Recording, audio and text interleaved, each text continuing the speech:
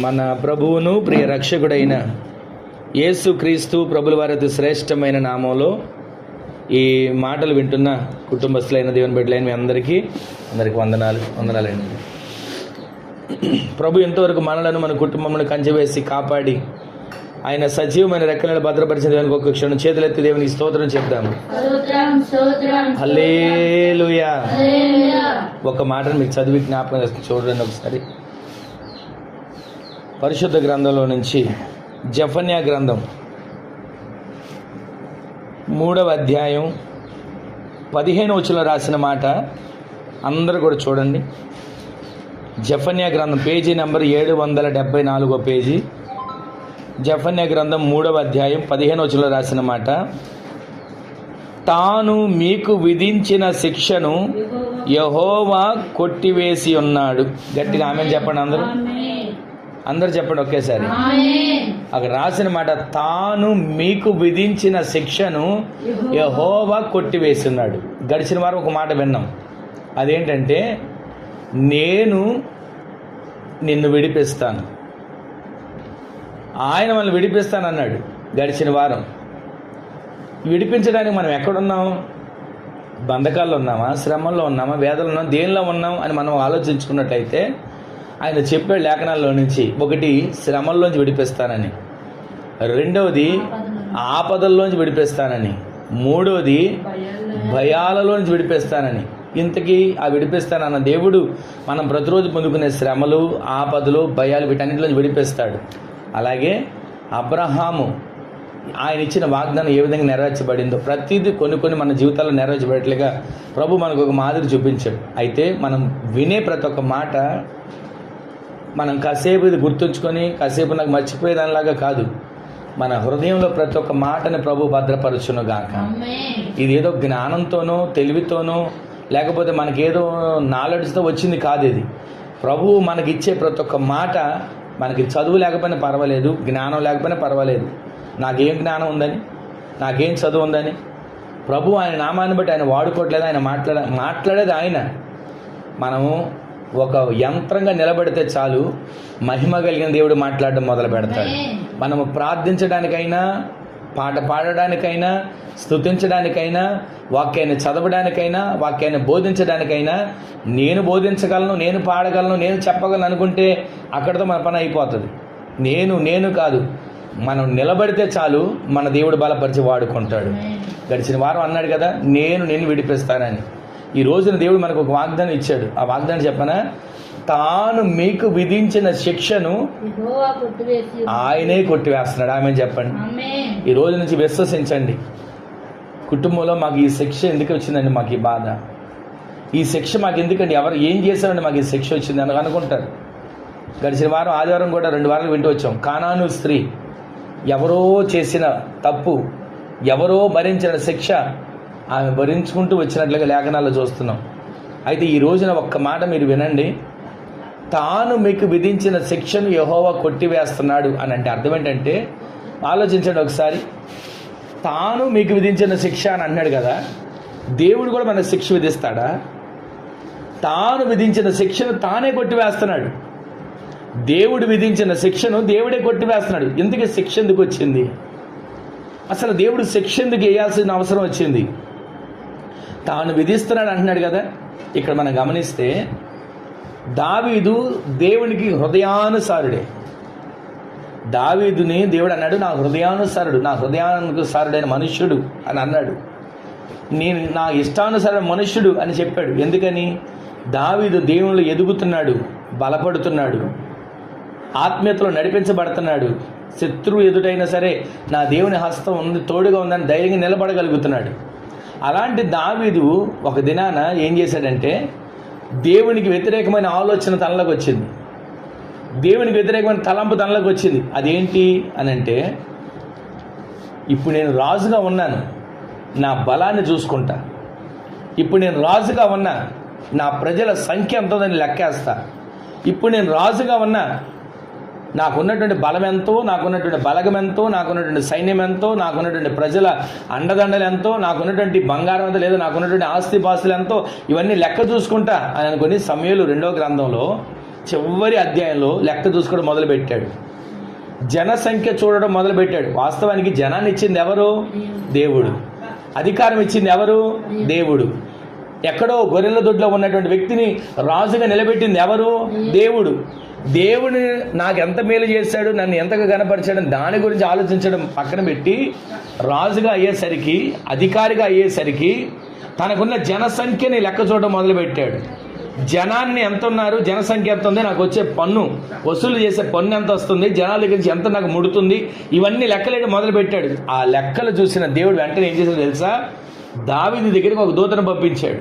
ఇదిగో దేవుడు నీకు ఒక శిక్షణ వేయమంటున్నాడు, నీకు ఒక శిక్షణ అమలు చేయమంటాడు నీ మీదకి. ఏం చేయమంటావు? 3 పంపించాడు. ఆ 3 ఏం చేయమంటావు అని అక్కడ 3 శిక్షలు అమలు చేస్తే కరువు కావాలా, శత్రువు తరమడం కావాలా, దేవుని చేతులు పడడం కావాలా? అంటే దేవుడు శిక్ష వేస్తాడు అనేది ఇక్కడ మనకు కనబడుతుంది. ఇక్కడ మనం జెఫన్యా గ్రంథంలో చదువుతున్నాం, తాను మీకు విధించిన శిక్షను యెహోవా కొట్టివేసి ఉన్నాడు. అంటే దేవుడు ఎందుకు శిక్ష వేస్తున్నాడు?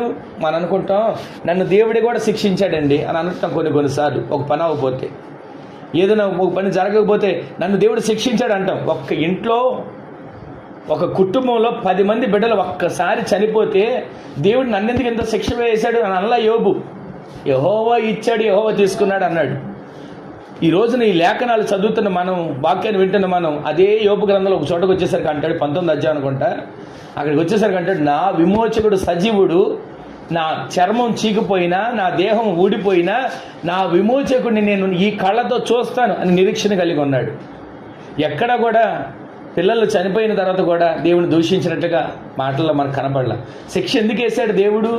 శిక్ష ఎందుకు వేయాల్సి వచ్చింది? 2 వ్యక్తుల శిక్ష జరిగింది. అటు చూస్తే దావీదు విషయంలో శిక్ష వేయడానికి దూతను పంపించి చెప్తున్నాడు, ఇదిగో 3 శిక్షలు నీ మీద అమలు చేయమన్నాడు దేవుడు. ఆ 3 శిక్షల్లో ఏది కావాలో కోరుకో. కొన్ని సంవత్సరాలు కరువు కావాలా, శత్రువు తరవడం కావాలా, లేకపోతే దేవుని చేతులు పడడం కావాలా అని అడిగితే ఆఖరికి అంటాడు, అయ్యా మనుషుల చేతులు పడడం కంటే దేవుని చేతులు పడితే నయం కదా అని ఆ 3 రోజులు శిక్షను కోరుకున్నాడు. ఈ రోజున ఈ మాటలు వింటే మన జీవితంలో కొంచెం జాగ్రత్తగా రండి. ఈ మాటలు ఆలకించండి. తాను మీకు విధించిన శిక్ష దేవుడు కొట్టివేస్తాడు. ఎందుకు విధించాడు శిక్ష? ఎందుకు విధించాల్సి వచ్చింది శిక్ష? ఆదాము హవ్వలను ఏదైనా తోటలో పెట్టి చక్కగా మీరు ఈ తోటను కాయండి, ఈ తోటను వచ్చిన ఫలాలను తినండి, ఇది ఒక్క పని చేయకండి, తోట మధ్యలో ఉన్నటువంటి ఆ పండును మాత్రం తినకండి, దాని జోలికి వెళ్ళకండి, అది తింటే మీరు శిక్షించబడతారు అని చెప్పిన పొరపాటు చేశారో లేకపోతే తొందరపడి వెళ్ళారో ఆ పళ్ళు తిన్నారు, శిక్ష మీదకి వచ్చింది. శిక్ష అంటే ఏం చేశాడు దేవుడు? అక్కడక్కడ చంపేలా ఆత్మీయ జీవితం పతనమైపోయింది. అప్పటి వరకు మహిమ దేహం ఉండేది, వారు దిగంబరులుగా ఉన్నారనే ఆ ఆలోచన వచ్చేది కాదు. వాళ్ళలో కాముకత్వం ఎక్కడ రగిలినట్లుగా కనబడలా. వాళ్ళలో ఎక్కడ ఈ శరీరానుసారమైనటువంటి ఇద్దరు కలిసే ఆలోచన ఎక్కడ రాలా. ఇదంతా లేకపోవడం కారణం ఏంటంటే దేవుని మహిమ దేహాన్ని ధరించుకుని ఉన్నారు. దేవుడు చెప్పాడు, ఇదిగో ఈ తోటనంతా కూడా మీరు ఏలండి, జంతువులు కూడా మీకు లోబడి ఉంటాయి. అప్పటి వరకు జంతువులు మనిషికి లోబడాయి. ఎప్పుడైతే దేవుని మాట మీరారో, ఎప్పుడైతే దేవుని వ్యతిరేకంగా నడిచారో, అప్పుడు దేవుడు శిక్ష వేసిన తర్వాత నుంచి ఏమిందో చెప్పనా, లోబడిన జంతువులు, మాట విన్న జంతువులు కూడా తిరగబడి మనుషులు తినే స్థాయికి వచ్చాయి. ఈ రోజున ఈ మాట వింటున్న మన జీవితంలో మూలవాక్యం మనం చదువుతున్నాం. ఎందుకు పరిశుద్ధాత్ముడు వాగ్దానాన్ని ఇచ్చాడు ఈ పూట? తాను మీకు విధించిన శిక్షను యెహోవా కొట్టివేసినాడని. ప్రతిరోజు మనం ఆ వాగ్దానం ఎత్తుబడి ప్రార్థన చేసుకోవాలి. అయ్యా, నా మీద ఏ శిక్ష ఉన్నా, నా మీద ఏ నేరారోపణ ఉన్నా, నా మీద ఏ దోషం ఉన్నా అదంతా కూడా నీవు కొట్టివేయ్యా అని. ఇంతకీ శిక్ష ఎందుకు వచ్చింది? దావీదు జనసంఖ్యను చూడబట్టి శిక్ష వచ్చింది. యోబు అపవాది వెళ్ళి అతనికి ఇంటి చుట్టూ కంచేసావు కనుక అతను నిన్ను పూజిస్తాడు, ఆరాధిస్తాడు, నిన్ను గణపరుస్తాడంటే యోబు దగ్గరికి అపవాది రావడం దేవుడు అనుమతించాడు. అదొక శిక్ష. అంటే మనం పాపం చేస్తేనే శిక్ష వచ్చిద్దని కాదు. కొన్నిసార్లు దేవుడి పరీక్ష ద్వారా కూడా శిక్ష వస్తుంది. కొన్నిసార్లు దావీదు ఆలోచన చేశాడు, అపరాధం, జనసంఖ్య లెక్క పెట్టాడు, శిక్ష వచ్చింది. 2 సమూయేలు గ్రంథం ఆఖరి అధ్యాయంలో మాటలు కనబడతాయి. తర్వాత ఆదాము హవ్వలు శిక్ష దేనికి వచ్చింది? మహిమదేహం ఎందుకు పోయింది? మాటను వినలేదు కనుక శిక్ష వచ్చింది. ఇందుకు శిక్షలు రావడానికి చాలా కారణాలు ఉన్నాయి. కానీ కొన్ని మాటలు నేను మీకు జ్ఞాపకం చేసేది ఏంటంటే, శిక్షలు ఎందుకు వచ్చాయి, శిక్షలు ఎలా వచ్చాయి అనేటువంటి సెక్షన్ కాదు, కానీ దేవుని ఆలోచన మన పట్ల నెరవేర్చబడాలి. ఆయన మనకు ఏ విధం చేత ఎలాంటి శిక్ష ఇచ్చినా శిక్షను నా దేవుడు కొట్టివేయబోతున్నాడు. కొంతమందికి జైల్లో ఉరి శిక్ష వేస్తారు, వింటుంటాం మనం. పలానా వ్యక్తికి ఉరి శిక్ష, పలానా వ్యక్తికి జీవితకాలం కారాగార శిక్ష. శిక్ష వేసిన వాళ్ళకు కూడా కొంతకాలం అయిన తర్వాత వాళ్ళు నడుచుకున్న తీరుని బట్టి, వాళ్ళు పొందుకున్న శిక్షను బట్టి ఆ శిక్ష నుంచి విడిపించి లోకలకు మరలా పంపించే అవకాశం ఉంది. ఆ ఉరికంబం ఎక్కిన వ్యక్తికే శిక్షలోంచి అమలు చేసి ఆ శిక్షను తప్పించి రద్దు చేస్తుంటే, మన దేవుడు ఆయన రూపంలో మనల్ని చెక్కుకున్నాడు, ఆయన పోలికలో మనల్ని ఏర్పరచుకున్నాడు, ఆయన రూపంలో మనల్ని ఎన్నుకున్నాడు. మనలను శిక్షించడానికి ఆయన ఎందుకని పూనుకుంటాడు? శిక్ష మనల్ని కఠినంగా మన జీవితాలు చేయడానికి కాదు, మనము ఆత్మీయతలో రూపాంతరం చెందడానికి. ఒకవేళ దేవుడు వాళ్ళు శిక్షించినా ఆ శిక్షను కూడా నా దేవుడు కొట్టివేయబోతున్నాడు. ఎందుకు ఈ శిక్ష ఏంటిదని 2 మాటలు మీకు చూపించి తర్వాత దేవుడు చేసేటువంటి ఆ శిక్షను తప్పిస్తే ఏం చేస్తారు, కొన్ని విషయాలు మీకు రెఫరెన్స్ చూపించి నేను కొన్ని విషయాలు ముగిస్తాను. ఒకసారి యెషయా గ్రంథం 51వ అధ్యాయం 22వ వచనం కూడా చదవండి ఒకసారి. యెషయా గ్రంథం 51వ అధ్యాయం 22వ వచనం రాసిన మాట, నీ ప్రభువగు యెహోవా తన జనుల నిమిత్తము వ్యాజ్యమాడు. ఒకసారి అందరూ వినండి. మీ ప్రభువగు యెహోవా తన జనుల నిమిత్తము వ్యాజ్యమాడు. నీ దేవుడు ఇలాగ సెలవిస్తున్నాడు. తన జనుల నిమిత్తం శత్రువులతో సహా వ్యాజ్యమాడే దేవుడు ఇలాగ సెలవిస్తున్నాడు. ఏమని? ఇదిగో తూలిపడే పాత్రను, తూలిపడేటువంటి పాత్రను, నా క్రోధ పాత్రను నీ చేతిలో నుంచి నేను తీసివేసి ఉన్నాను. గట్టి ఒకసారి ఆమెను చెప్పండి, అందరు చెప్పండి ఆమెనని. అక్కడ రాసిన మాట ఏంటంటే క్రోధ పాత్ర. క్రోధ పాత్ర అంటే ఏంటి అని కాసేపు నేను ఆలోచించి నాకేం అర్థం కాదు. తర్వాత నాకు అర్థమైంది, క్రోధ పాత్ర అంటే కోపం, దేవుని ఉగ్రత, దేవుని ఆయన ఒకవేళ ప్రతీకారం తెచ్చుకునే పరిస్థితి ఎంతవరకు మన మీద ఉందేమో. ఆయన ప్రతీకారం తీర్చుకోవాలని బయలుదేరితే ఆయన ప్రతీకారం నుంచి తప్పించుకోగలిగిన నరుడు ఎవరు ఉండరు. ఆయన ప్రతీకారం తీర్చుకునేవాడు కాడు. ఇక్కడ రాసిన మాట ఏంటంటే ఎప్పటి వరకు మన మీద ఒక పాత్ర ఉందంట. ఏం పాత్ర అది? క్రోధ పాత్ర. అంటే దేవుని కోపం రగిలే పాత్ర, దేవుని కోపం చేత నింపబడిన పాత్ర. ఆయనకు చిరకనిచ్చేప్పుడు కూడా అంటారు కదా, పాత్రలో ముంచి చిరకనిచ్చారని. ఆ చిరకనిచ్చినప్పుడు కూడా ఆయన చిరకని ముట్టుకోలేకపోయాడు ఆయన. ఈ రోజున క్రోధ పాత్ర మనం సహించలేనిది. దేవుని కోపం ఎంతసేపు ఉంటుంది? ఆయన కోపం నిమిషం మాత్రం ఉంటుంది, ఆయన దయ ఆయుష్కాలం అంతా ఉంటుందని లేఖనాలు రాసి ఉంది. క్రోధ పాత్ర అంటే ఆలోచించండి దాని గురించి. ఆయన కోపం పాత్రలో ఎంత రగిలి ఉంటుంది. ఆ పాత్రలో రగిలిన కోపం తాగితే ఆ కోపం మన మీద ఉంటే మన జీవితాలు ఎలా వర్ధిల్లుతాయి? దేవుళ్ళు ఉన్నామని అనుకుంటాం, ప్రార్థన చేస్తున్నామని అనుకుంటాం, మందిరానికి వెళ్తున్నామని అనుకుంటాం. ఒకవేళ క్రోధ పాత్ర ఇంకా ఉంటే, దేవుని కోపం మన మీద ఉంటే, నిమిషం మాత్రమే కోపం. ఆ నిమిషం కోపం చాలదా మన జీవితాలు పతనమైపోవడానికి? ఆ నిమిష కోపం కూడా దేవునికి మన ఎడల రాకుండా మనము దేవునికి అనుకూలంగా నడిచేవారిగా మన జీవితాలు మార్చబడును గాక. అక్కడ రాసిన మాట, మూలవాక్యం చదివిన వాగ్దానం, తాను మీకు విధించిన శిక్షను యెహోవా కొట్టివేశాడు. ఇక్కడ రాసింది శిక్ష ఎందుకు వచ్చింది? దేవుని కోపం రగిలి శిక్ష వచ్చింది. ఆ క్రోధ పాత్ర ఇక మీద మన మీద ఉండకుండా ఆయన ఏం చేస్తున్నాడంట? ఆ క్రోధ పాత్రను దేవుడు మనలో నుంచి తీసివేస్తున్నాడు. ఆమె చెప్పండి. ఆయనలో ఇక మీద మన మీద ఏముండదు? కోపం అనేది ఉండకుండా నా దేవుడు తొలగించబోతున్నాడు. ఇక నీవు ఈ కోపం అనే దానికి గురవవు. కొన్నిసార్లు అంటాం కదా, మనుషులు కోపానికి గురైపోయినండి, మనుషుల కోపం వచ్చిందండి, ఆ కోపం అన్న మాటకి నేను బలైపోయినండి. అదే కోపం కదా నోవాహు కూడా వచ్చి తన కుమారుడు హాముని శపిద్దామని చెప్పి బయటకు వచ్చి శపించాడు. వీలు లేక తన కుమారుడిని శపించాడు కానానని, కోపం తట్టుకోలేక. కోపం ఎంతవరకు తీసుకొస్తుంది?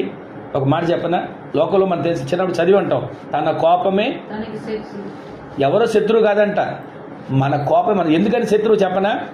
మనం కోపగించున్నప్పుడు అంట, నేను కొన్ని చూస్తున్నప్పుడు ఇలాంటివి కనబడుతుంటాయి నాకు. మనం కోపం వచ్చినప్పుడు అంట మన ఆయుష్ కూడా తగ్గుతుందంట. మన కోపం ఎంత పెరుగుతుందో మన నరాలు అంతగా ఉబ్బుతాయి అంట. మన కోపం ఎంత పెరుగుతుందో లేనిపోయిన బలహీనతలు శరీరంలోకి వస్తాయంట. ఈ రోజున ఈ క్రోధ పాత్ర ఇక మీద మన మీద పడకుండా మన దేవుడు తప్పించబోతున్నాడు. తాను మీకు విధించిన శిక్షను యెహోవా కొట్టివేశాడు. కొట్టివేయడం అంటే ఇక్కడ కోపం ఇక మీద మన మీద ఉండకుండా దేవుడు తొలగిస్తున్నాడు. ఇంకొక మాట చూపిస్తాను చూడండి, యెహెజ్కేలు గ్రంథం 39:27. 39వ అధ్యాయం 27 వచ్చిన యెహెజ్కేలు గ్రంథం. అక్కడ ఒక మాట అంటే చూడండి. ఈ 2 మాటల తర్వాత మీకు మరొక కొన్ని విషయాలు జ్ఞాపకం చేస్తాను. వారి యందు అన్ని జనుల్లోనికి వారిని చెరగా పంపి వారిలో ఎవరిని ఇకను అచ్చట ఉండనీయక తమ దేశమునకు వారిని సమకూర్చిన సంగతిని బట్టి నేను దేవుడైన యెహోవానై ఉన్నానని మీరు తెలుసుకుందురు. అప్పుడు ఇశ్రాయేలీయుల మీద నేను నా ఆత్మను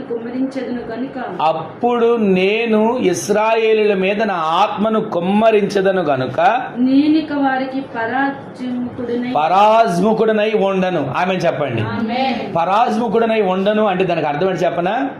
దేవుడు ఇక మీద మనకు వ్యతిరేకంగా ఉండడు. చెప్పండి, ఆమె చెప్పండి. ఒక మనిషి వ్యతిరేకంగా ఉంటేనే మనం పనులు ముందుకు వెళ్ళలేమండి. మన ఇంట్లో ఉన్న వ్యక్తే, బయట గురించిగా నేను చెప్పేది, మన ఇంట్లో ఉన్న వ్యక్తే మనకి ఏదైనా పని చేస్తున్నాం, ఆ పనికి వ్యతిరేకంగా ఉంటే ఆ పని మనం చేయగలుగుతామా? ఒక మనిషి వ్యతిరేకంగా ఉంటే మనం చేయలేకపోతాం. ఇంతవరకు ఒకవేళ దేవుడే వ్యతిరేకంగా ఉంటే మనకి కార్యం ఎలా జరుగుతుంది? దేవుడే వ్యతిరేకంగా అడ్డు పెడితే మనకి కార్యం ఎలా జరుగుతుంది? బిలాము బయలుదేరి వెళ్తున్నాడు, ఎలాగైనా సరే ఇశ్రాయేలు ప్రజలు శపిద్దాం, వాళ్ళ మీదకి శాప వచ్చిన పలుకుదాం అని వెళ్తా ఉంటుంటే దేవుడు ఆపాడు. ఇదిగో బిలాము, ఇష్టం వచ్చినట్టు వెళ్తున్నావు, జాగ్రత్త, నా దారికి అడ్డుపడుతున్నావు, జాగ్రత్త అని దేవుడు అడ్డుపడినా సరే తన ఇష్టం వచ్చినట్టు నేను ఏదైనా చేయగలను అని వెళ్తా ఉంటుంటే ఒక చోటకు వెళ్ళేసరికి తను ఎక్కిన గాడిది ఏ సందులోకి వెళ్ళే దారిలోకి ఒక సందులో ఇరుక్కుపోయింది. దాన్ని కొట్టడం మొదలుపెట్టాడు. కొడుతూ ఈలోపు గాడిదకి దేవుడు నోరిచ్చాడు. గాడిద నోరేసి మాట్లాడుతుంది, అయ్యా నా యజమానుడా, ఏ రోజైనా నీకు వ్యతిరేకంగా మాట్లాడానా? ఏ రోజు నీకు వ్యతిరేకంగా నడిచానా? ఏ రోజైనా నీకు వ్యతిరేకంగా నేను లేచానా? అంటే నువ్వెప్పుడు లేవలేదు, కానీ ఈసారి లేచావు. నా చేతిలో కనుక కత్తి ఉన్నట్లయితే నిన్ను ఇక్కడే చంపేసేవాడిని అంటున్నాడు. ఒక మాట మీకు జ్ఞాపకం చేస్తాను. తన కోపం అంటే ఏంటంటే ఈ గాడిద నేను వెళ్ళే మార్గంలో వెళ్లకుండా నన్ను ఆటంకపరిచిందని. ఒక మాట చెప్పనా? గాడిద కళ్ళు తెరబడి దూసిని కట్టుకొని చేతకు పట్టుకుని దేవునితో కనబడ్డాడు, కానీ సేవకుడికి కనబడలా. ఆ బిలాము ప్రవక్తకి కనబడలా, దూసిని కట్టుకొని చేతకు పట్టుకున్న దేవుని దూత. ఈ రోజున ఒక మాట మీకు చెప్తాను, దేవుడే వ్యతిరేకంగా ఉంటే మనం ఏం చేయగలుగుతాం? దేవుడే వ్యతిరేకంగా ఉంటే మనం ఏం సాధించగలుగుతాం? దేవుడే వ్యతిరేకంగా ఉంటే మనం ఏం సంపాదించగలుగుతాం? ఇక్కడ రాసిన మాట, ఇక మీదట నేను నా ఆత్మను వాళ్ళ మీద కుమ్మరిస్తున్నాను, ఇక నేను వాళ్ళకి పరాజ్ముకుడనై ఉండను. అక్కడ మీరు రాసుకోండి, వ్యతిరేకం అనే మాట. ఇక మీదట దేవుడు మనకి వ్యతిరేకంగా ఉండడు. ఇక మీదట మనకి దేవుడు ఆయన కోపాన్ని, క్రోధ పాత్రను చూపించడు. ఈ రోజున ఆయన మనకు విధించిన శిక్షను దేవుడు కొట్టివేయబోతున్నాడు. ఆమె చెప్పండి. ఇక మీదటి నుంచి మీరు ప్రార్థన చేసినప్పుడు, అయ్యా ఏ రకమైనటువంటి నా మీద శిక్ష ఉన్నా ఆ శిక్షను నువ్వు కొట్టివేసినందుకు నీకు వందనాలయ్యా, శిక్ష నుంచి నువ్వు తప్పించినందుకు నీకు వందనాలయ్యా అని ప్రతిరోజు మనం ప్రార్థన చేసుకోవాలి. అలా మనం చేసుకునే ప్రార్థన ద్వారా మన శిక్ష కొట్టివేయబడుతుంది, మనకు క్షేమాన్ని దేవుడు అనుగ్రహిస్తాడు. ఈ 2 విషయాలు విన్నాం కదా. ఒకటి, క్రోధ పాత్ర, కోపాగ్ని మన మీద పడకుండా దేవుడు తొలగిస్తున్నాడు. రెండోది, ఇప్పటి వరకు దేవుడు మనకు వ్యతిరేకంగా నడిచాడేమో మన పని అవ్వకుండా, దేవుడే వ్యతిరేకంగా ఉన్నాడేమో మనకి కార్యం జరగకుండా, ఈ రోజు నుంచి ఆ వ్యతిరేకత దేవుడు తొలగించబోతున్నాడు. ఇప్పుడు తర్వాత పేజీలో మాట చదవండి, 37వ అధ్యాయం 27 వచ్చింది. ఆ వచ్చిన చదవండి, యెహెజ్కేలు గ్రంథంలోనే. నా మందిరము వారికి పైగా ఉండు. గట్టిగా ఆమె చెప్పండి. ఇప్పటి వరకు ఏమన్నాడు? నా క్రోధం ఇప్పటివరకు అడ్డుగా ఉంది, నా వ్యతిరేకం ఇప్పటివరకు అడ్డుగా ఉంది అని అన్నాడు కదా. నేను విధించిన శిక్షణ ఇక మీద కొట్టివేస్తానన్న దేవుడు ఇప్పటి నుంచి మాట్లాడుతున్న మాటలు చెప్పనా? ఎప్పటి వరకు నా మందిరం వారికి తోడుగా ఉండకుండా నేనే నా చెయ్యి తీసేశా, ఎంతవరకు నా సన్నిధి వారికి తోడుగా ఉండకుండా నేనే అడ్డు తీసేశా అని అన్నాడు. క్రోధ పాత్ర, కోప పాత్ర ఎప్పటి వరకు మన మీద ఉంది, కానీ ఎప్పటి వరకు వ్యతిరేకం నడిచింది. కానీ ఈ క్షణం నుంచి దేవుడి మందిరం మన మీద ఉండబోతుంది. ఆమేన్ చెప్పండి.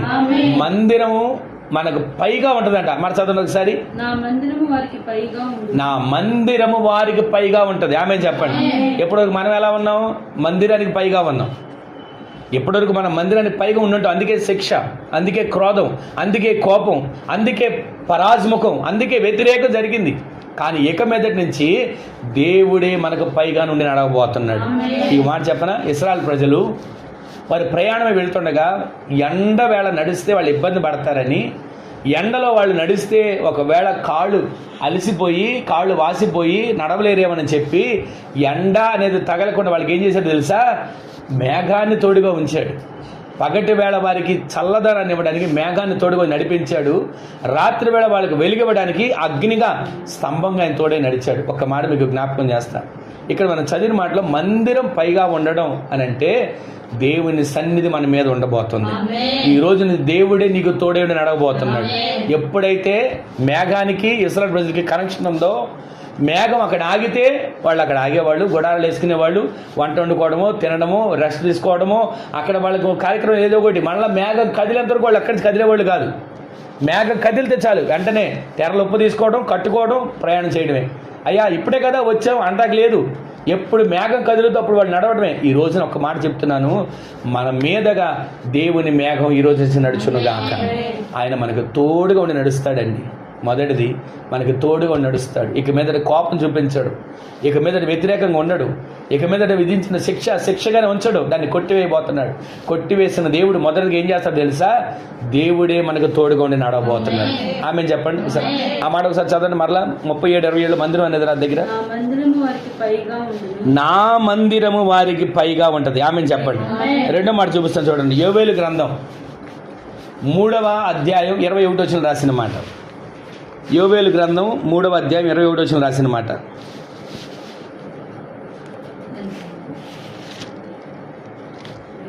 యోవేలు గ్రంథం 3వ అధ్యాయం 21 వచనం. అయితే యూదా దేశంలో నివాసులు నిత్యముందురు, తరతరములు యెరూషలేము నివాసముగా ఉండును. యెహోవా సీయోనులో నివాసిగా వసించెను. అయితే యోధా దేశంలో నివాసులు నిత్యముందురు. ఆమె చెప్పండి. ఆ మాట మరోసారి చదవండి. అయితే యోధా దేశంలో నివాసులు నిత్యము ఉంటారంట. ఆమె చెప్పండి. అంటే మనం ప్రతిరోజు కూడా ఎక్కడ నివాసం ఉండాలి చెప్పనా, యోధా దేశంలో మన నివాసం ఉంటే నిత్యము మనం ఉంటాం. యోధా దేశం అంటే నిత్యము స్తుతించే దేశంగా మనం మార్చబడదాము గాక. మన ఇంట్లో ప్రతిరోజు యోధా దేశం ఉండాలి. ఏమంటే నేను పలానా దేశం అండి, పలానా ఊరండి అంటాం, కానీ పలానా దేశం పలానా రాష్ట్రం అని చెప్తాం. మరి ఆంధ్రదేశం అండి, తమిళనాడు దేశం అండి, లేదా పలానా రాష్ట్రం అని చెప్తాం. కానీ మనం ఉండాల్సింది ఈ లోకంలో ఉన్నంత ఇక్కడ పలానా దేశంలో పలానా రాష్ట్రంలో ఉన్నాం. ఆ ఉన్న దాంట్లోనే మనం యోధా దేశంలో నివాసం ఉండేవారిగా మార్చబడతాము గాక. యోధాలో మనం నివాసం ఉండాలి. రెండోది, యోధా దేశంలో మనం ఉంచుతాడు. అంటే ఎప్పుడు మనం ఎక్కడ ఉంటుందో తెలుసా, స్తుతించే అనుభవంలో. మేలు కలిగినా స్తుతిస్తాం, మేలు కలగకపోయినా స్తుతించాలి. ఆమె చెప్పండి. మేలు కలిగితేనే నేను స్తుతిస్తానండి, మేలు కలగడం స్తుతించను అనుకుంటే అది పొరపాటు. దేవుడు మనకి ఆరోగ్యం ఇచ్చాడు, ఈరోజు బ్రతుకుతున్నాం, అది కృపే కదా. ఈరోజు మనకి డబ్బు ఇచ్చాడో ఇవ్వలేదో, ఆరోగ్యం ఇచ్చాడో ఇవ్వలేదు, దాని గురించి కాదు. అసలు ఈరోజు బ్రతుకున్నాం, దాన్ని బట్టి దేవుని స్తుతించదుముగా. ప్రతిరోజు మనము దేశంలో ఉండాలి. ఏ దేశం అది? యోధా దేశం. ఆ యోధా దేశంలో ఉంటే మనము ఎల్లప్పుడూ దేవుని ఘనపరిచే వారిగానే ఉంటాం. మనం ఎంతవరకు దేవుని ఘనపరచక ఆయన కోపం మన మీదకి వచ్చిందేమో, ఎంతవరకు మనం ఆయన మహిమపరచక ఆయన ఉగ్రత మన మీదకి వచ్చిందేమో, ఎంతవరకు ఆయన్ని కొనియాడక, ఆయన పొగడక, ఆయన ఆరాధించక ఒకవేళ ఆయన కోపం మన మీదకి వస్తుందేమో. ఈ రోజు నుంచి మనము నిత్యము మనకు పైగా ఆయన మందిరం ఉంటుంది, మనకు ఆయన తోడుగా ఉంటాడు. రెండోది, మనల్ని ఎక్కడ ఉంచుతాడో తెలుసా, ఆయన మనకు మన తోడుగా ఉన్న తర్వాత స్తుతించే దేశంలో మనం ఉంచుతాడు, యోధా దేశంలో. మూడో మాట చూపిస్తాడు చూడండి, ఆమోసు గ్రంథం 9వ అధ్యాయం. ఆమోసు గ్రంథం 9వ అధ్యాయం, పేజీ నెంబరు 760వ పేజీ, 15 వచనం రాసిన చివరి వచనం. వారు ఏ యోధా దేశంలో ఉంటారో ఆ దేశమందు నేను వారిని నాటడం మొదలు పెడతాడు. ఆమె చెప్పండి. నీవు స్తుతించడం మొదలు పెడితే దేవుడు నీకు తోడుగా ఉంటాడు, మొదటిది. రెండోది, దేవుడు తోడుగా ఉన్న తర్వాత నీవు దేవుని స్తుతించడం మొదలు పెడతావు. ఆ స్తుతించే దేశంలో ఉంటావు. ఆ దేశంలో ఉన్న నిన్ను దేవుడు నాటడం మొదలు పెడతాడు. ఆమె చెప్పండి. మనకు తెలుసు కదా, పూల కుండీల్లో కూడా మొక్కలు ఉంటాయి, నేలలో కూడా మొక్కలు ఉంటాయి. ఈ రెండిట్లో ఏది నాటబడిన మొక్క? అంతసేపు ఆలోచించారు. అంటే పూల కుండీలు కూడా మేము నాటాం కదండి అనుకుంటున్నారేమో. పూల కుండీలో షోగా పెట్టుకున్నాం అంతే, కానీ ఎక్కడైతే మొక్క నేలలో నాటబడిందో అది నాటబడిన స్థలంలో నుంచి వేరు లోపలికి వెళ్తుంది. ఎంత మొక్క పైకి ఎదుగుతుందో అంత వేరు లోపలికి వెళ్తుంది. కుండీలో ఉన్న మొక్క అనుకుంటుంది నేను కాబట్టి ఎత్తుగా ఉన్నా, నువ్వు చిన్నగా ఉన్నావు అని అనుకుంటుంది మొక్కను చూసి. కానీ దీనికి వేరు ఉండదు కుండీలో. దానికి కొన్ని కుండీలో మొక్కలు ఉంటాయి, ప్లాస్టిక్ మొక్కలు. అవి ఎంతసేపు అందంగా అలంకరణ కోసం, అందంగా పెట్టుకోవడం కోసం, వాటిలోంచి ఏ రకమైనటువంటి పరిమళ వాసన ఉండదు, ఆకు పచ్చదనంతో ఉండదు. కొన్ని చోట్ల ఏది ఇంత నిజమైన మొక్కలా కనబడతాయి, కానీ తీరజు దగ్గరికి వెళ్ళి చూస్తే ప్లాస్టిక్ మొక్క. అరే దూరం చూస్తే చక్కటిగా నాటిన మొక్కలాగా ఉంది కదా అనుకుంటే ఇది అక్కడ ఉండదు. అవసరమైతే కుండీ తీసుకెళ్ళి ఇంకో చోట పెట్టుకుంటారు, ఆ కుండీ తీసుకెళ్ళి ఇంకో ఊరేం తీసుకెళ్తారు. నాటిన మొక్కను తీయగలుగుతామా? అది చనిపోవాల్సిందే తప్ప అక్కడ దాన్ని తీయటాకుండదు. ఈ రోజున నీవు నేను ఎక్కడ నాటబడాలో తెలుసా? స్తుతించే దేశంలో మనం నాటబడితే, ఆ స్తుతించే దేశం అంటే ఏంటి? మన ఇల్లు. ఎల్లప్పుడూ మనం దేవుని సందులో స్తుతిస్తూ మనం ఉంటే ఆయన మనల్ని నాడతాడు. నాటిన మొక్కను ఆయన ఏం చేస్తాడు తెలుసా? నిత్యము నీరు పోసి ఆయన పోషిస్తాడు. వాక్యమైన నీరుతో నిన్ను పోషిస్తాడు. ఆ వాక్యమైన నీరు నీ మీద పడుతూ ఉండగా నీవు ప్రతిరోజు పచ్చదనమే. నిన్న మొక్కలాగా ఒకలాగా ఉంది కదండి నిన్న మొక్క, ఈరోజు ఏంటి ఎంత పరిమళం వచ్చింది? నిన్న మొక్క ఒకలాగా కనబడింది కదండి, ఈరోజు ఏంటి కొంచెం ఎత్తు పెరిగింది? నిన్నటి మొక్క ఒకలాగా ఉంది కదండి. మన ఆత్మీయ జీవితం రోజు దిగజారడం కాదు, దేవునిలో ఎదిగే స్థితికి మనం మార్చబడదాము గాక.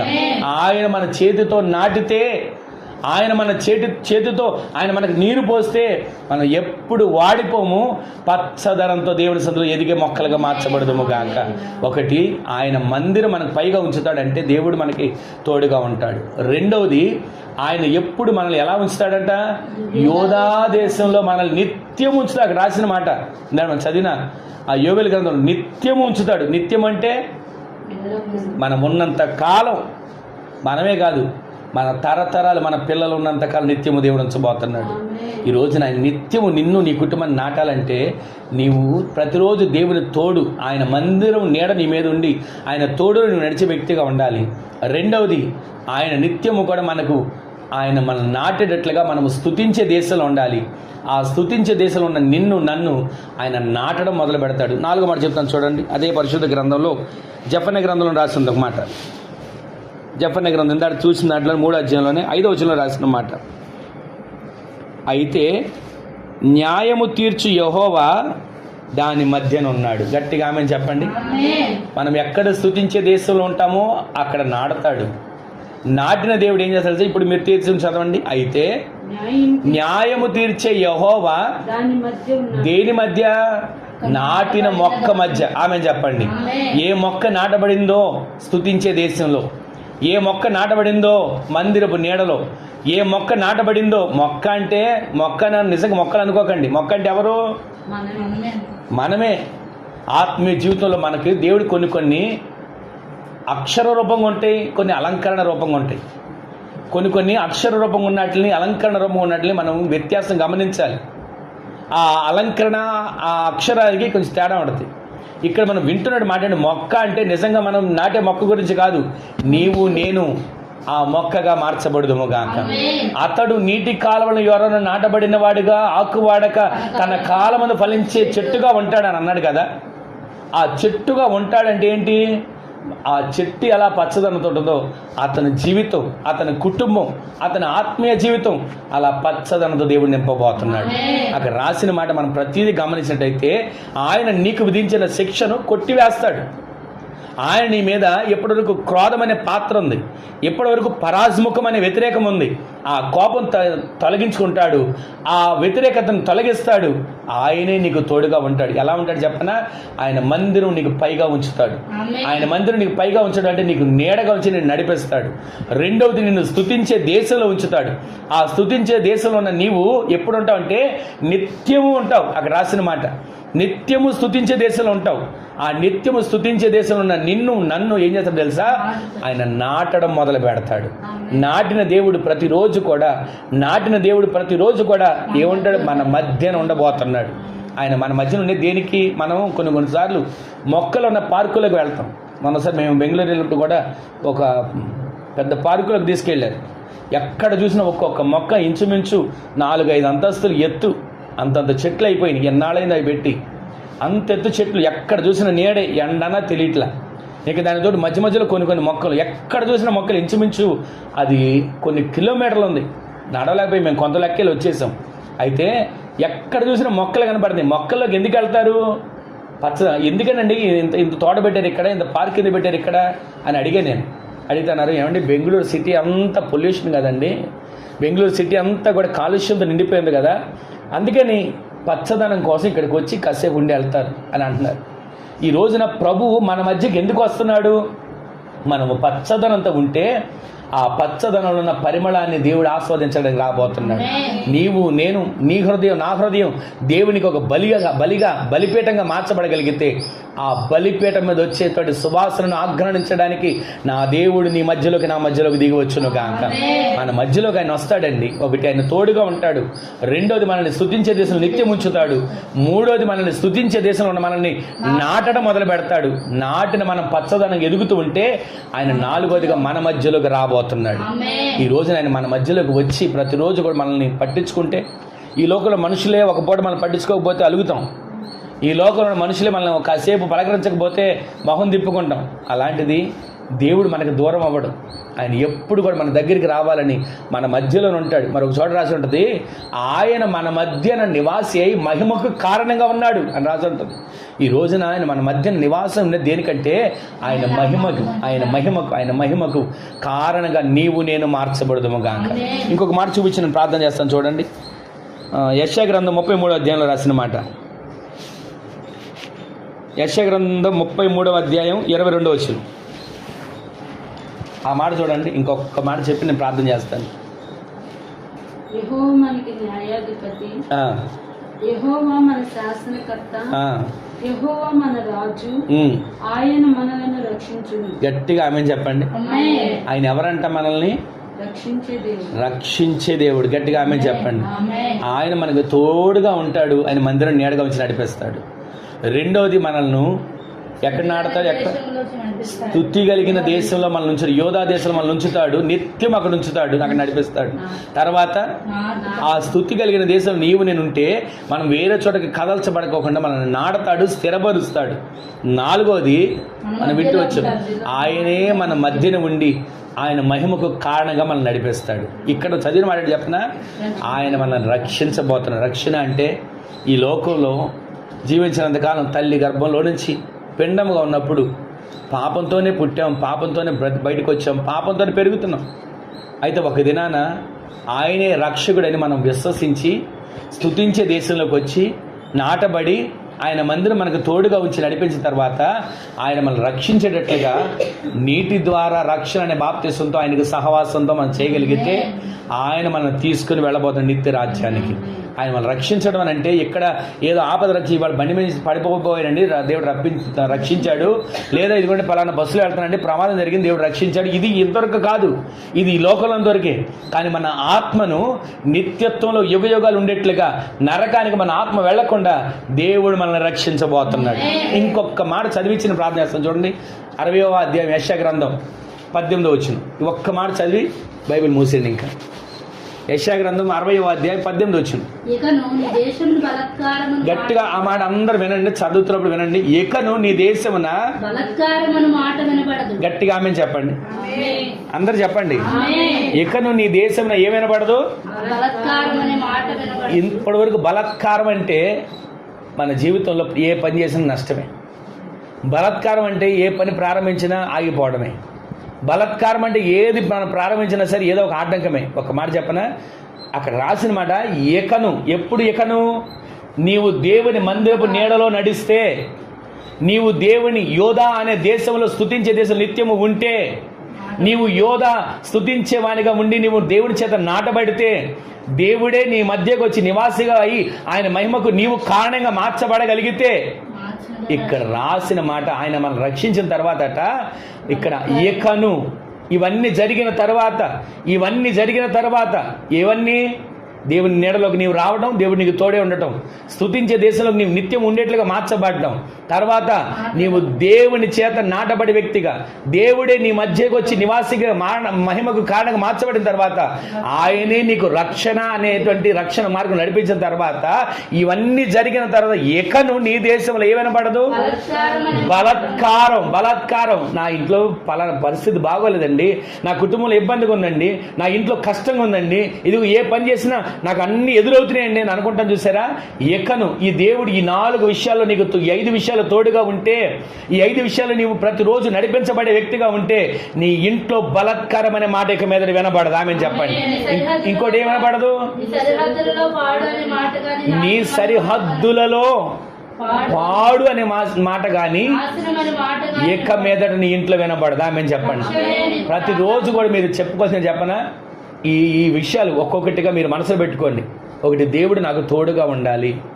రెండవది, నేను స్తుతించే దేశంలో నిత్యం ఉండాలి. నేను మూడవది, నా దేవుని చేత నాటబడిన మొక్కగా ఉండాలి. నాలుగవది, నేను మొక్కగా ఎదుగుతూ ఉంటే నా దేవుడు నా మధ్యలోకి వచ్చి నన్ను నిత్యము కూడా పచ్చదంతో నింపే వ్యక్తిగా, ఆయనకు మహిమకి నేను కారణంగా మార్చబడే వ్యక్తిగా ఉండాలి. ఐదవది, నేను రక్షణ అనుభవంలోకి రావాలి, ఆయన నన్ను రక్షించాలి అని మనం గనక అనుకోగలిగితే ఇకను నీ దేశం అంటే ఈ దేశం గురించి కాదు, నీ ఇంటి గురించి. దేశం అంటే ఎవరో గురించి కాదు, నీ వ్యక్తిగత జీవితం గురించి. ఇక మీదట నీ ఇంట్లో, దేశం అన్న చోట మీ ఇంటి పేరు రాసుకోండి. దేశం అన్న చోట నీ ఇల్లును జ్ఞాపకం చేసుకోండి. దేశం అన్న చోట నీ వ్యక్తిగత జీవితాన్ని జ్ఞాపకం చేసుకోండి. ఇకను నా ఇంట్లో ఏ వినబడదు? బలాత్కారం అనే మాట వినబడదు. ఆమె చెప్పండి. నా సరిహద్దులో ఏ వినబడదు? ఇప్పటి వరకు ఏది చేసినా పాడైపోయిందండి, ఏది చేసినా పాడైపోయిందండి, ఏది చేసినా పాడైపోయిందని అంటున్నాం. ఒక మాట చెప్పనా, కొంతమంది పెరుగు తోడేస్తారు. తోడేసిన తర్వాత అది ఏమవుతుంది? కొన్నిసార్లు ఇరిగిపోతుంది, లేదా పుల్లగా అవుతుంది, లేదా ఏదో రకం జరుగుతుంది. అప్పుడు ఏమంటారు? పాడైపోయిందండి. వాళ్ళ చెయ్యి అసలు చెయ్యి మంచిది కాదు అంటారు ముందు. ఇప్పుడు మామిడికాయ జాడీలో తీయాలి, దేంతో తీస్తాం? ఎందుకని చేత్తో తీయొచ్చుగా. ఏమవుతుంది? పాడైపోద్ది అంటారు. అంటే మన చెయ్యి అంత మంచిది అన్నమాట, దేవుడు ఇచ్చాడు కదా మనకి. అయితే ఒక్క మాట చెప్తున్నాను రండి, ఇక మీదట ఈ విధంగా మనం జీవిస్తే, ఈ విధంగా మనం బ్రతికితే మన ఇంట్లో బలాత్కారం అనే మాట కానీ, మన సరిహద్దులలో ఇప్పటి వరకు పాడు అనే మాట వినబడిందేమో, ఇప్పటి వరకు నాశనం అనే మాట వినబడిందేమో, ఇక మీదట నుంచి మన ఇంట్లో ఈ మాటలు కొట్టివేయబడును గాక. వినపడవికి ఈ మాటలు ఆమె చెప్పండి. ఇంకొక మాట ఉంది అక్కడ, రక్షణయే నీకు ప్రాకారంగా మార్చబడబోతుంది. నీవు చివరిగా ఇందాక విన్నాం కదా రక్షణ అని, ఆ పొందుకున్న రక్షణే నీ ఇంటికి ప్రాకారంగా దేవుడు మార్చబోతుంది. అలా మార్చబడితే తాను నీకు విధించిన శిక్షను యెహోవా కొట్టివేశాడు. ఆమె చెప్పండి. కొట్టివేశాడు కాబట్టి దేవుడు తోడుగా ఉన్నాడు. కొట్టివేశాడు కాబట్టి దేవుడు నిత్యము కూడా మనల్ని ఏం చేస్తున్నాడు? రెండో మాట, కొట్టివేశాడు కనుకే మనం స్తుతించే దేశంలో ఉంచాడు నిత్యము. కొట్టివేశాడు కనుకే ఆయన నాడుతున్నాడు. కొట్టివేశాడు కనుకే ఆయన మన మధ్యలోకి వచ్చి నిత్యము మన పచ్చదొర నింపబడేట్లుగా మనల్ని దీవిస్తున్నాడు. కొట్టివేశాడు కనుకే రక్షణ ఇచ్చి ఆ రక్షణ ప్రాకారంలో దేవుడు మనల్ని నడిపించబోతున్నాడు. ఈ రోజున ఈ మాటలు విన్న తర్వాత ఒక్కసారి ఈ వాగ్దానం, తాను మీకు విధించిన శిక్షను యెహోవా కొట్టివేసి ఉన్నాడు అన్నాడు కదా. కొట్టివేసిన దేవుడు ఏమి ఇస్తాడో వింటూ వచ్చాం. ఎప్పటివరకు కొట్టివేయక ముందు వరకు క్రోధ పాత్ర, కొట్టివేయబడక ముందు పరాజముఖుడిగా ఉన్నాడు. కొట్టివేయబడక ముందు వరకు ఆయన కోపం దావీదు మీద రగిలింది. ఆయన కోపం కొన్ని సందర్భాల్లో ఇశ్రాయేలు ప్రజల మీద రగిలింది. కొన్ని సందర్భాల్లో ఇశ్రాయేలు ప్రజలు అరణ్యంలో వాళ్ళు మాట్లాడిన మాటలు విని అరణ్యంలోనే ఆకులు రానట్లుగా రాజు చేశాడు. ఈ రోజున ఎన్నోసార్లు ఆయన కోపం వస్తే మోషే వెళ్ళి, అయ్యా వీళ్ళు చేసిన తప్పుకి కోపం నువ్వు పడకయ్యా, ఒకళ్ళు నేను తప్పు చేశాననుకో, అవసరం నా పేరు జీవ గ్రంథంలో తుడి చేసాయి అని ఎన్నోసార్లు మోషే ఇశ్రాయేలు ప్రజలకు అడ్డుపడ్డాడు. ఆయన కోపం వచ్చినప్పుడు ఆయన కోపం నిమిషం మాత్రం, ఆయన నిమిష కోపానికే తట్టుకోలేక లక్షలాది మంది ప్రజలు చనిపోయారు. ఆ దావీదు దగ్గర మనం చూసినట్లయితే ఆ ఒక్కసారి వచ్చిన కోపం 70,000 మంది చనిపోతారు. సమూయేలు గ్రంథంలో ఆఖరి తర్వాత మీరు చదువుకోండి. ఆయన చేసినటువంటి వచ్చిన కోపానికి ఆ తెగులకి 70,000 మంది చనిపోయారని రాసి ఉంటుంది. ఈ రోజున ఈ మాటలు వింటున్న మన జీవితంలో 5 సంవత్సరాల క్రితం మనం వింటూ వచ్చాం. ఎంతమంది ఆకులు రానట్లు రాలిపోయారు, ఎంతమంది ఆకులు రానట్లుగా రాలిపడ కళ్ళతో చూసాం. టీవీల్లో వాళ్ళని చెత్త గొప్పను పారేసినట్లుగా ట్రక్కుల్లోంచి శవాల్ని ఒక గుంటలోకి పారేసేసి కప్పేసిన పరిస్థితులు. కనీసం ఇంట్లో మనిషి ఏదైనా అయిపోయినా దగ్గరికి వెళ్ళి చూడడానికి కూడా భయం, దగ్గరికి వెళ్ళి పలకరించడానికి కూడా భయం. ఒకవేళ తుమ్మారంటే దగ్గరంటే వాళ్ళ దరిదాపులో ఉండడానికి భయపడే రోజులు. కానీ ఈ రోజున దేవుడు మనల్ని కనికరించాడు. ఆయన మన మీద విధించిన శిక్షను అని కొట్టివేశాడు. లేకపోతే ఏనాడో మట్టిలో మట్టిగా కలిసిపోవాలి. ఆయన మన మీద విధించిన శిక్షను కొట్టివేశాడు కనుకే ఈ రోజు మనం క్షేమంగా ఉండగలుగుతున్నాం. ఈరోజు మనం కుటుంబంగా నడిపించబడగలుగుతున్నాం. కొంచెం ఏదో రకంగా చిన్నదో పెద్దదో, పెద్ద పనో చిన్న పనో చేసుకోగలుగుతున్నాం, కష్టపడగలుగు రూపాయి తెచ్చుకోగలుగుతున్నాం, కుటుంబాన్ని నడిపించుకోగలుగుతున్నాం. ఈరోజు నీ మాటలు వెంటనే మన చేతుల్లో ఆయన శిక్షను కొట్టివేశాడు. అందుకే ఆయన అంటున్నాడు, నేను నీకు తోడుగా ఉంటాను, నా మందిరం నీకు పైగా ఉంటుంది. నేను మిమ్మల్ని యోధా దేశాలు నిత్యం ఉంచుతా, స్తుతించే వారికి మీరు మార్చబడాలి. నేను మిమ్మల్ని తీసుకెళ్ళి నాటుతాను, మీరు ఎప్పుడు పచ్చదనంతో ఉండాలి. అప్పుడు నేను మీ మధ్యలోకి వస్తాను, మీ ద్వారా నేను మహిమను పొందుతాను. మీరు కట్టే బలిపీఠం ద్వారా నేను సువాసన ఆఘ్రానిస్తాను. నా ద్వారా మీకు రక్షణ భాగ్యం కలుగు చేస్తాను. ఆ రక్షణ ప్రాకారంగా మీతో ఉన్నప్పుడు, ఆ రక్షణ ప్రాకారంగా మీకు ఉన్నప్పుడు మీ ఇంట్లో పాడు అనే మాట కానీ, నాశనం అనే మాట కానీ ఏది వినపడదు, బలాత్కారం అనే మాట కూడా వినపడదు అని ప్రభు సెలవుసిన ఒక్క క్షణం, అయ్యా నా జీవితంలో శిక్షను కొట్టివేసిన వాడా, ఇదిగో ఈ విధంగా నేను బ్రతకడానికి కృప చూపించవా, ఈ విధంగా నేను బ్రతకడానికి అవకాశాన్ని కలుగు చేయవా, మరొక్కసారి నాతో మాట్లాడిన వాడా, మరొకసారి పాదాల చేతికి అప్పగించుకుంటున్నాను అయ్యా, నా జీవితంలో కార్యం చేయమని వాళ్ళు తల్ల వంచండి. చిన్న ప్రార్థన చేసుకుందాం, ఒక చిన్న ప్రార్థన చేసుకుని ముగించుకుందాం. మహిమగల మా తండ్రి, మీ పాదాల చెంతకు చేరుతున్నామయ్యా. ఎంతైనా నమ్మదగిన దేవుడవు, చాలిన సరిపోయిన వాడవు. ఈ రాత్రి ఈ ఉదయకాల సమయంలో ఈ విధంగా మీ సన్నిధికి చేరడానికి కృప చూపించారయ్యా. ఇదిగో నాయన, ఈ ఉదయకాల సమయంలో మీ బిడ్డల కుటుంబంలో జరిగినటువంటి నాయన అయ్యా, ఇదిగో ఈ రెండో వారం కూడిక ఎంతగానో మీ నామను మహిమకరంగా మీరు మార్చారు ప్రభువా. మరొక్కసారి వాగ్దానం ద్వారా మీరు మాతో మాట్లాడుతూ వచ్చారయ్యా. తాను మీకు విధించిన శిక్షను యెహోవా కొట్టివేసి ఉన్నాడని. అవును ప్రభువా, ఎన్నోసార్లు నాయన మేము శిక్షకు అర్హులుగా మార్చబడినప్పటికీ కూడా ఆ శిక్షను తప్పించి, శిక్షను కొట్టివేసి మాకు ఈ రోజున ఆయుష్ని ఇచ్చారు, ఆరోగ్యం ఇచ్చారు, క్షేమాన్ని ఇచ్చారు ప్రభువా. అవునయ్యా, ఎన్నోసార్లు క్రోధ పాత్ర నీ కోపాగ్ని రగిలినప్పుడు నాయన మేము తట్టుకోలేని పరిస్థితుల్లో నడిపించబడ్డాం. అయినప్పటికీ కూడా ఆ కోపాన్ని నుంచి కూడా మీరు నాయన మళ్ళుకొని మీరు చేయాలనుకున్న కీడు చేయటం మానేరు ప్రభువా. ఇదిగో నాయన, యోనా గ్రంథంలో కూడా నాయన, యోనా ఏ విధంగా ఒక్కరోజు వెళ్ళి సువార్తను ప్రకటిస్తే, ఆ ఊరంతా కూడా సువార్తను ప్రకటిస్తే వాళ్ళందరూ కూడా తల మీద ధూళి పోసుకొని, బూడిదని వేసుకొని, గోనెపట్ట కట్టుకొని, రాజు మొదలుకొని పనివారి వరకు, పసిపిల్లలు మొదలుకొని పశువుల వరకు కూడా అయ్యా ఉపవాసం నిరోధించినప్పుడు చేయాలనుకున్న కీడు చేయక మానినట్లుగా లేఖనాల్లో చూస్తున్నాం తండ్రి. ఇదిగోనైనా మరొక్కసారి నీ చేతులకు అప్పగించుకుంటున్నాం ప్రభువా. అయ్యా, నీ కోపం నుంచి తప్పించినందుకు నీకు వందనాలు అయ్యా. మరొక్కసారి నాయన అయ్యా, అదిగో మీరు చేసినటువంటి మేలుడు ఉపకారాలు బట్టి నీకు వందనాలు చెల్లిస్తున్నాం తండ్రి. ఎంతవరకు నాయన ఒకవేళ మీరే అయ్యా మాకు వ్యతిరేకంగా ఉంటే మా జీవితం ఏమైపోయేది అయ్యా, మీరే వ్యతిరేకంగా ఉంటే మా బ్రతుకులు ఏమైపోయాయి అయ్యా. ఇదిగోనైనా వ్యతిరేకతల నుంచి విడిపిస్తానన్నారు. ఇక మీద నేను వ్యతిరేకంగా ఉండను అన్నారు అయ్యా. ఉండనని మీరు వాగ్దానం చేసి నేను మీకు తోడుగా ఉంటానన్నారు తండ్రి. ఇదిగో నేను మేము స్తుతించే దేశంలో నివాసం ఉండేట్లుగా, నిత్యం ఉండేట్లుగా చేస్తానన్నారు.